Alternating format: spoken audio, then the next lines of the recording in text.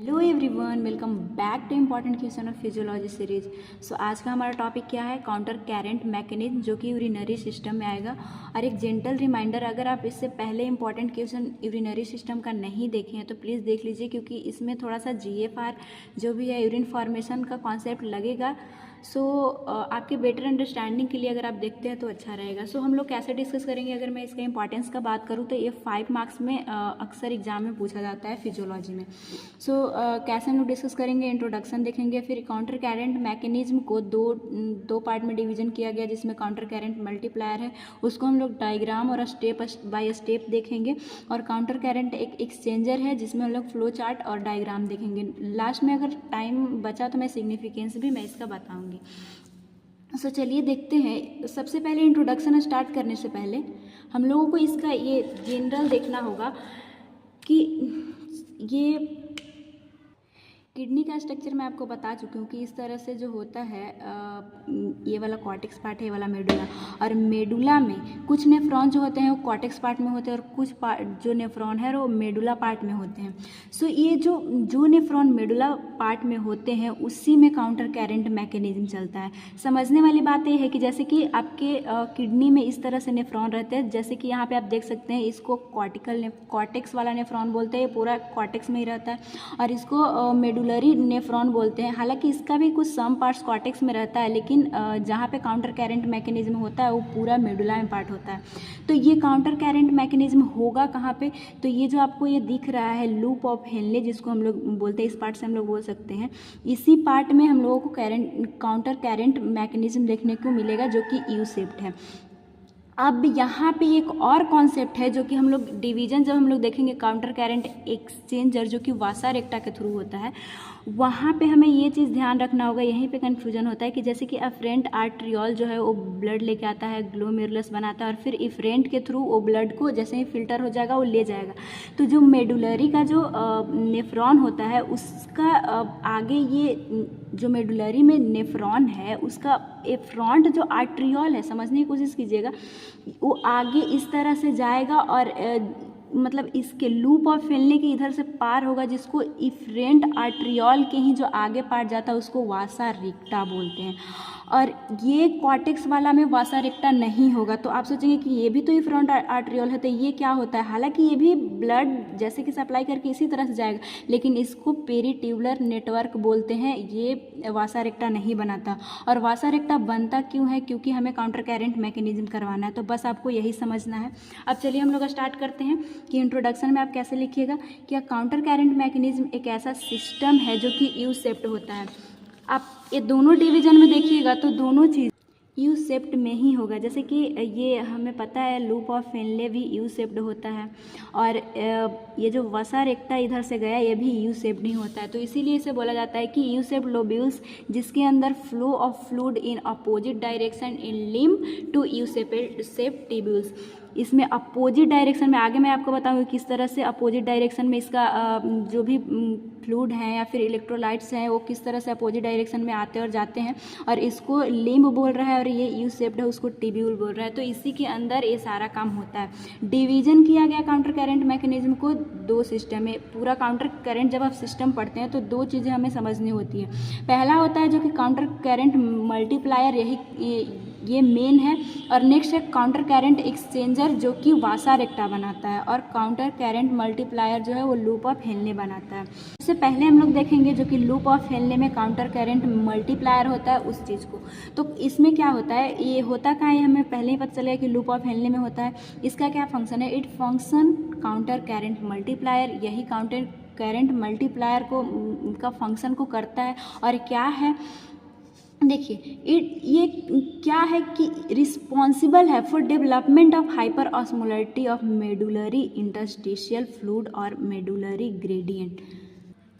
बस ये बोल रहा है यहाँ पे कि जो यहाँ मेडुला रीजन हम लोग इसको देख चुके हैं, तो यहाँ पे जो भी फ्लूइड है उसमें हाइपर ऑस्मोलैरिटी मेंटेन करने के लिए काउंटर कैरेंट मल्टीप्लायर होता है। अब ऑस्मोलैरिटी क्या होता है सबसे पहले वो समझना हम लोग को ज़रूरी है। तो ऑस्मोलैरिटी का फार्मूला होता है सॉल्यूट बटा सॉल्वेंट।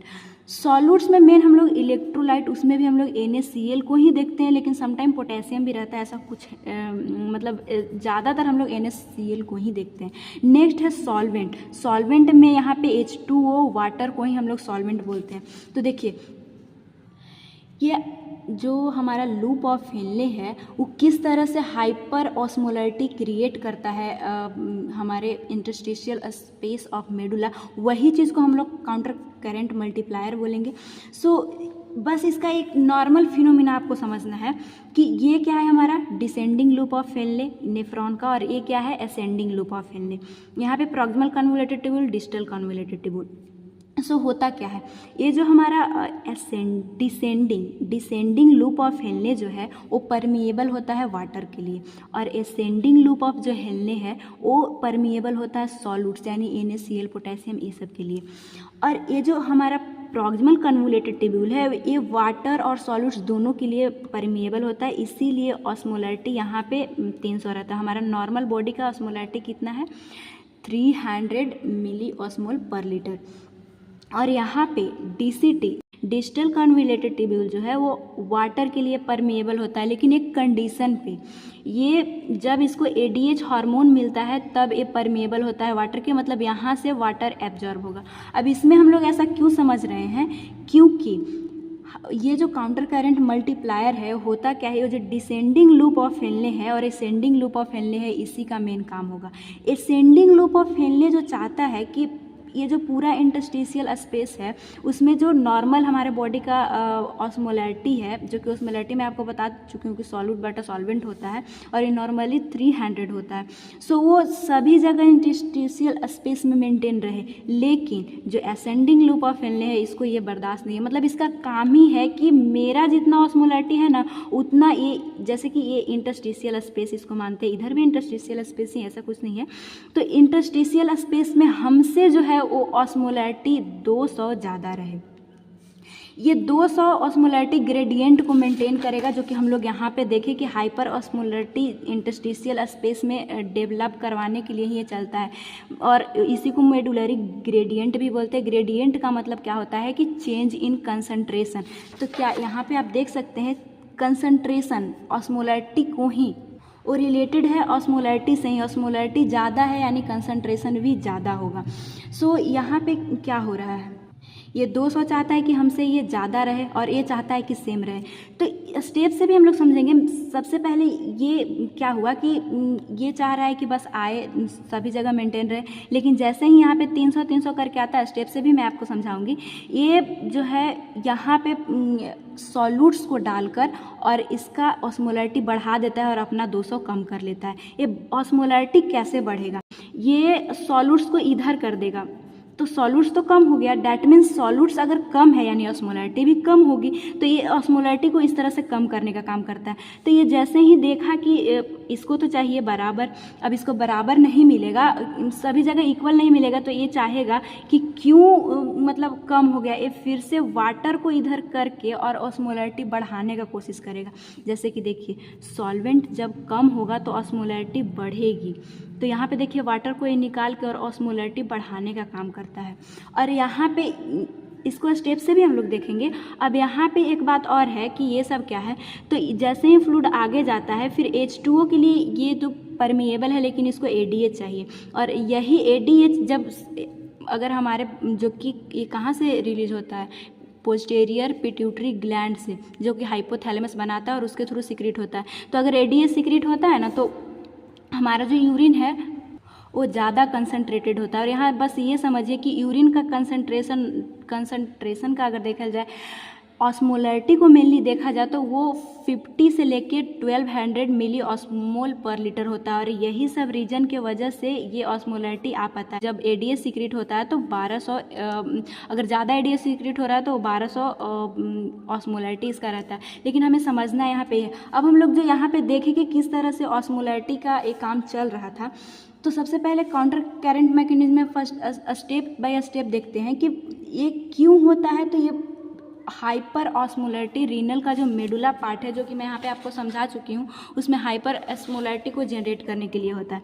सबसे पहले स्टेप 1 में आप एज्यूम कीजिए कि नेफ्रॉन जो है अभी स्टार्ट किया है काम करना। ऐसे हर समय ऑस्मोलैरिटी ग्रेडियंट मेंटेन रहता है, तभी कंसंट्रेटेड यूरिन आ पाता है। सो एज्यूम कीजिए कि काम करना स्टार्ट ही किया है। तो जो लूप ऑफ हेनले है ये आइसो ऑस्मोलर है सभी जगह। यहाँ भी 300 नॉर्मल हमारे बॉडी का ऑस्मोलैरिटी कितना होता है, 300 ही होता है। तो ये जैसे ही ब्लड के थ्रू आया, ब्लड में ऑस्मोलैरिटी इतना है, तो ऐसे ठीक से जा रहा है। तो स्टेप 2 में क्या होगा, ये तो इक्वल चाह रहा था कि बना रहे, लेकिन जैसे ही यहाँ पे लूप ऑफ हेनले के बाद अगर ये जाता है, ये जो फ्लूइड है, तो ये इसका तो काम है कि हमसे इंटरस्टिशियल स्पेस में 200 ऑस्मोलैरिटी ज़्यादा रहना चाहिए। तो ये सॉल्यूट्स को इधर रिलीज करेगा, और जब सॉल्यूट्स इधर आ जाएगा तो ऑस्मोलैरिटी ऑफकोर्स बढ़ेगा, तो इंटरस्टिशियल स्पेस में 400 हो जाता है। वही बोल रहा है कि एक्टिव आयन पंप होता है असेंडिंग लूप ऑफ हेनले में, जिसके through concentration of solute tubule decrease, क्योंकि सॉल्यूट्स यहाँ पे आ गया है तो सॉल्यूट्स का कम होना यानी कंसंट्रेशन जो है वो डिक्रीज होना। नेक्स्ट क्या होगा, ग्रेडियंट बिटवीन ट्यूब्यूल। ये चाहता ही है कि ग्रेडियंट मतलब जो कंसंट्रेशन का जो डिफरेंसेस है वो 200 रहे। सो 200 ये मेंटेन कर लेता है, 100 इसको दे देगा और इस तरह से मेंटेन होगा। अब स्टेप 3 में ये बेचारा परेशान, इसको तो इक्वल चाहिए। So gradient between tubule descending loop of Henle interstitial, और इंटरस्टिशियल के पास में क्या होगा कि ये अब चाहेगा कि फिर से ये मेंटेन हो जाए। सो ये वाटर को इधर करके, जैसे कि हम यहाँ पे मैं आपको दिखा रही थी कि कैसे ऑस्मोलैरिटी बढ़ा सकता है, जब सॉल्वेंट को कम करेगा, तो ये वाटर को इधर ला देता है और ये ऑस्मोलैरिटी बढ़ाता है। सो क्या होगा, H2A रीएब्जॉर्प्शन होगा, इससे इधर इंटरस्टिशियल स्पेस में आएगा डिसेंडिंग लूप ऑफ हेनले से। So until osmolarity equilibrium descending loop of Henley और इंटरस्टिशियल रीच, ये फाइनली वाटर को इधर कर करके यहाँ पे इंटरस्टिशियल स्पेस है हमारा, और ये जो है वो डिसेंडिंग लूप ऑफ हेनले है, वहाँ पे ऑस्मोलैरिटी मेंटेन कर लिया। अब फिर से जब ये फ्लूइड यहाँ से मेंटेन करके अब आगे जा रहा है, क्योंकि जाएगा ना, ऐसे ही ना फ्लूइड नेफ्रॉन से जाता है, तो जैसे ही ये असेंडिंग लूप ऑफ हेनले में जाएगा, ये इसको तो फिर से चाहिए कि हम इधर करेंगे। तो स्टेप 4 में ये फ्लूइड सिर्फ फॉरवर्ड आगे हुआ, यानी कि असेंडिंग लूप ऑफ हेनले में आया। अब स्टेप 5 में क्या होगा कि फाइनली वहाँ पे तो आ चुका था, अब फिर से ये 200 का जो ग्रेडियंट है, जो ये चाह रहा है कि ऑस्मोलैरिटी हमसे यहाँ पे ज़्यादा होना चाहिए। सो यहाँ पे सॉल्यूट्स को रिलीज करके और इसका ऑस्मोलैरिटी 200 ज़्यादा बढ़वा देता है। सो क्या बोला कि gradient between ascending loop of Henley और इंटरस्टिशियल फ्लूइड फिर से डिस्टर्ब होगा, और एडिशनल आयन जो है वो पंप्ड कर दिए जाएंगे इंटरस्टिशियल में। Gradient between ascending loop of Henle interstitium of 200 milli osmol पर लीटर इज इस्टेब्लिश, और इसका यही मोटिव था कि सॉल्यूट हम इधर करें और हम मेरा 200 मेंटेन रहना चाहिए डिफरेंसेस, तो ये मेंटेन कर लिया। अब फिर से जो डिसेंडिंग लूप ऑफ हेनले है वो चाहेगा कि फिर से क्या हो रहा है, हमें तो सेम ही रखना है। सो फिर से ये चाहेगा कि नहीं, वाटर को इधर करके मैं ऑस्मोलैरिटी बढ़ाऊँ और इंटरस्टिशियल के बराबर में जाऊँ। सो ये कोशिश कर रहा है इंटरस्टिशियल स्पेस में वाटर को रीअब्जॉर्प्शन करवा के, और इक्विलिब्रियम मतलब ये जो यहाँ पे ऑस्मोलैरिटी उसको बढ़ाने की कोशिश कर रहा है। सो ऐसे ही स्टेप जो है वो रिपीटेड होगा बहुत टाइम, मतलब 4 से 6 स्टेप जब होगा, तो फाइनली ऐसे करते करते एक टाइम ऐसा आएगा कि 300 से ये ऑस्मोलैरिटी जो है अपना वो 1000 तक बना लेता है, और ये वही काम करेगा कि अपने से इधर भेजते जाएगा। और जब भेजते जाएगा तो यहाँ पे आप देख सकते हैं कि यहाँ 1000 है, ये जैसे ही फ्लूइड यहाँ आया ये फिर से यहाँ पे भेज के, और यहाँ पे 1200 तक, मेनली 1200 तक ही हमारा जो है वो यूरिन का ऑस्मोलैरिटी होता है, तो यहाँ तक ये भेज दिया। अब फाइनली मतलब यही था हमारा काउंटर करंट मल्टीप्लायर। क्यों मल्टीप्लायर बोल रहे हैं, क्योंकि ये मेंटेन कर रहा है और इधर ये मतलब 2 भेज दे रहा है, और मतलब कि एक्सचेंज कर ले रहा है, और एक तरह से ऑस्मोलैरिटी को ग्रेडियंट को हाइपर कर रहा है मेडुलरी रीजन में।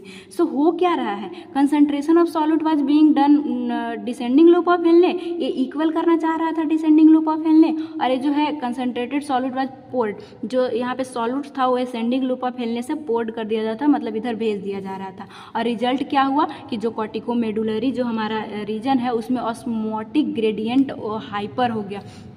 डेट मीन्स कि ऑस्मोलैरिटी ये चाह रहा था कि हाइपर हो, और हाइपर हो गया। हमारा सेकंड डिवीजन क्या था, काउंटर करंट एक्सचेंजर। ये क्यों होता है, ये वासा रेक्टा के थ्रू होता है, जैसा कि मैं आपको समझा चुकी हूँ। और ये इसलिए होता है कि जो मेडुलरी ग्रेडियंट हो रहा है उसको ये मेंटेन कर सके। जो ये काउंटर कैरेंट मल्टीप्लायर वाला, उससे जो इधर सॉलिड जा रहा है, कभी वाटर जा रहा है, तो उसको बाहर बॉडी को तो नहीं भेजना है, और ना ही ये किडनी में ही रह सकता है। जैसे कि यहाँ पे कभी वाटर आ रहा है, कभी सॉल्यूट आ रहा है इंटरस्टिशियल स्पेस में, तो मेडुलरी रीजन में तो नहीं रह सकता है। तो कोई तो इसको लेगा तभी तो मेंटेन रह पाएगा, और बार बार आ रहा है तो पूरा एकदम से ज़्यादा तो नहीं करना है, यानी सॉल्यूट्स और पानी को कोई तो ले जाए हमारे ब्लड में, तो ये वासा रेक्टा ले जाता है। और एक बात बस यहाँ पे आप समझिए, समझने वाली बात यहाँ पे ये है कि यहाँ से जो इफ्रेंट आर्ट्रियोल आ रहा है, एफ्रॉन्ट से इफ्रेंट जो बना है, ये यहाँ से ऐसे मुड़ा है, और असेंडिंग लूप का ये पार्ट डिसेंडिंग होता है और यहाँ पे असेंडिंग होता है। लेकिन यहाँ पे अगर आप देखें तो जहाँ पे असेंडिंग लूप ऑफ हेलने है, वहाँ पे क्योंकि ये वासा रेक्टा ऐसे जा रहा है तो इसको डिसेंडिंग लूप बोलते हैं। तो जो भी असेंडिंग लूप ऑफ हेलने से जो भी सॉल्यूट्स आया है, ये डिसेंडिंग लूप ऑफ वासा रेक्टा लेगा, और यहाँ जब जाएगा तो ये असेंडिंग लूप ऑफ वासा रेक्टा है जो कि ऊपर की ओर जा रहा था, और यहाँ पे हमारा क्या था, लूप ऑफ हेलने का डिसेंडिंग पार्ट। तो डिसेंडिंग पार्ट से वाटर जा रहा था जो कि असेंडिंग लेगा। अगर आप ये समझ चुके हैं तो अब अच्छे से समझ जाइएगा। सो ये फिगर में क्या बोलता है कि हमारा असेंडिंग लूप ऑफ हेलने सॉल्यूट्स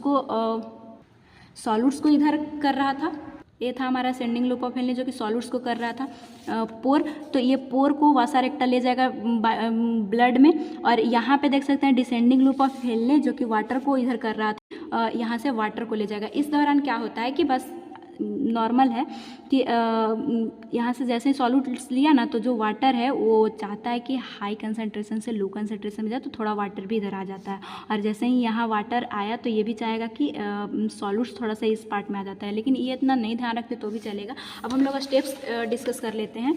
क्या हो रहा है इवेंट्स में कि सॉल्यूट जो है वो रीएब्जॉर्ब हो रहा है ascending limb of Henle and intermedullary interstitial and vasa recta, जो कि मैं आपको बताई कि असेंडिंग लूप से डिसेंडिंग लूप में जाएगा वासा रेक्टा के। यहाँ पे क्या बोला कि जैसे ही सॉल्यूट्स लिया था तो जो हमारा वासा रेक्टा था उसमें से सम पार्ट्स ऑफ H2O आया था, जो कि नॉर्मली ये जो हाई कंसंट्रेशन से लो कंसंट्रेशन में आना चाहता है वो वाला फिनोमिना था। अब हम लोग देखेंगे कि कंसेप्ट क्लियर होता है कि जो लूप ऑफ हेलने है इसी कारण से ये यू शेप में रहता है।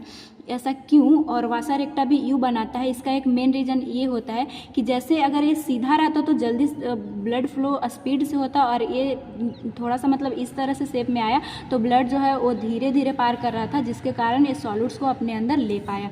अगर नहीं ले पाता तो ये मतलब वर्स कंडीशन हमारे बॉडी के लिए पहुँच कर। नेक्स्ट स्टेप में क्या होता है कि जैसे ही जो ये वासा रेक्टा है ये इधर आता है, इस साइड आप मानिए, तो यहाँ पे देख सकते हैं कि इंटरस्टिशियल स्पेस में वाटर ज़्यादा है। तो देखिएगा सॉल्यूट जो इसके अंदर है, ये जो सॉल्यूट्स यहाँ से लेके आ रहा है हमारा वासा रेक्टा, वो उसके सॉल्यूट्स हाई कंसंट्रेशन से लो कंसंट्रेशन में जाना चाहेंगे। यहाँ पे आप देख सकते हैं कि blood reach ascending loop of Henley Vasa रेक्टा, concentration of solutes यहाँ पे वेरी मच, इसके अंदर कंसंट्रेशन ज़्यादा था। सो ये जो है वो कुछ सॉल्यूट्स इधर डिफ्यूज कर देता है, और वाटर जो इधर था उसको अपने अंदर लेके और फिर ब्लड की ओर जाता है। और यही था हमारा किस तरह से एक्सचेंज किया कि मतलब कुछ सॉल्यूट्स इधर भेजा और वाटर अपने तरफ लिया, वाटर लिया और सॉल्यूट्स को छोड़ा। तो ये एक्सचेंज कर रहा है, और एक्सचेंज क्यों कर रहा है, ताकि ये बचा सके कंडीशन को, क्योंकि ज़्यादा इंटरस्टिशियल स्पेस में नहीं रह सकता है, वो ब्लड में ही आना है। तो ये सारा चीज़ था। अब लास्ट में मैं बोली थी सिग्निफिकेंस आपको बताने के लिए, तो ये सारा चीज़ हो क्यों रहा है। तो सिग्निफिकेंस इसका ये है कि हमें पता है कि हमारा GFR कितना था, 125 या फिर 160 लीटर पर डे, तो उतना तो 2 लीटर ही यूरिन आता है, तो वाटर एब्जॉर्ब होता कैसे है। तो यही सारा चीज़ तो काउंटर कैरेंट मैकेनिज्म के थ्रू ये अपने अंदर ले रहा है। तो यहाँ पे क्या आप सिग्निफिकेंस लिखेंगे कि फॉर वाटर रीअब्जॉर्प्शन, या फिर यूरिन कंसंट्रेशन आना जरूरी है। वाटर जब रीअब्जॉर्ब होता है तो यूरिन कंसंट्रेटेड आता है, तो फॉर यूरिन को कंसंट्रेट मतलब यूरिन कंसंट्रेशन। और क्या बोल सकते हैं सिग्निफिकेंस इसका, और क्या हो सकता है, कुछ सॉल्यूट जो हमारे बॉडी में कम होते हैं, जैसे कि हम लोग इसीलिए मैं आपको बोलती कि फंक्शन ये सब सारा चीज़ देख लीजिए। तो वहाँ पे जो कम हो रहा था सॉल्यूट्स, तो यहाँ से ही जैसे कि सॉल्यूट्स यहाँ पे आया और वासा रेक्टा के थ्रू उधर गया, तो रीअब्जॉर्प्शन मतलब होम्योस्टैसिस भी मेंटेन कर रहा है। तो ये सारा चीज़ सिग्निफिकेंस हो गया। सो ये बहुत ही इंटरेस्टिंग टॉपिक है। अगर आपको नहीं समझ में आया तो प्लीज़ दोबारा देखिए, लेकिन इसमें सारा कॉन्सेप्ट आपका क्लियर हो जाएगा, क्योंकि ये बस आप समझ लीजिए कि कहाँ से कौन चीज़, सबसे पहले कि ऑस्मोलैरिटी क्या है, ये वासा रेक्टा क्या था जो कि डायग्राम के थ्रू मैं समझा चुकी हूँ, और फिर किस तरह से एक्सचेंज हो रहा है और क्यों हो रहा है, उस सारा चीज़ का मैं आपको ओरिजिनल दूँ। सो आपको यूनिवर्सिटी में इसी तरह से लिखना है। ये डायग्राम बस मैं आपको समझाने के लिए कि वासा रेक्टा क्या है वो बताई थी, और इस तरह से आप अपने यूनिवर्सिटी में लिख सकते हैं जितना भी सारा चीज़ मैं बताई। और नेक्स्ट क्या कीजिएगा कि स्टेप बाय स्टेप सारा चीज़ को दिखाइएगा, और किस तरह से ये चाहता था कि सेम रहे, और ये चाहता था कि नहीं 200 हमको मेंटेन करना है, इंटरस्टिशियल में 200 ज़्यादा रहना चाहिए, मेरे अंदर कम रहेगा। तो स्टेप बाय स्टेप कैसे हुआ वो सारा चीज़ जब हम लोग फाइनली दिखा दिए कि रिजल्ट क्या हुआ, कि कॉर्टिकोमेडुलरी में ऑस्मोटिक ग्रेडियंट मेंटेन हुआ, कि ये ज़्यादा मतलब चेंज ये ज़्यादा रहा, और ये जो है ये इससे 200 कम रहा। तो इस तरह से ऑस्मोटिक ग्रेडियंट जो है वो मेंटेन हुआ था।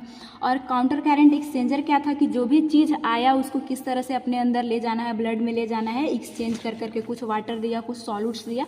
तो ये सारा चीज़ था। सिग्निफिकेंस बस छोटा सा था। इस तरह से आपके पास टाइम रहेगा एग्जाम में तो लिख सकते हैं। तो थैंक्स फॉर वॉचिंग। और अगर वीडियो समझ में आया हो तो चैनल को सब्सक्राइब करके प्लेलिस्ट में जाके और भी सारा फिजियोलॉजी का वीडियो देख सकते हैं। और मिलेंगे नेक्स्ट वीडियो में। Thanks for watching.